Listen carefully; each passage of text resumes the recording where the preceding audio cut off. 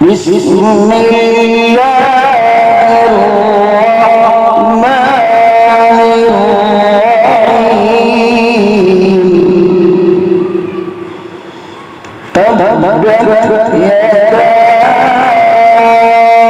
أبي لهب وتب ما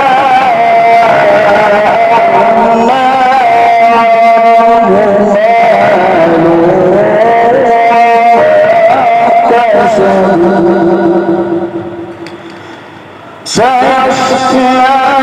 نارا ذات لهب وامرأته حمالة الحطب في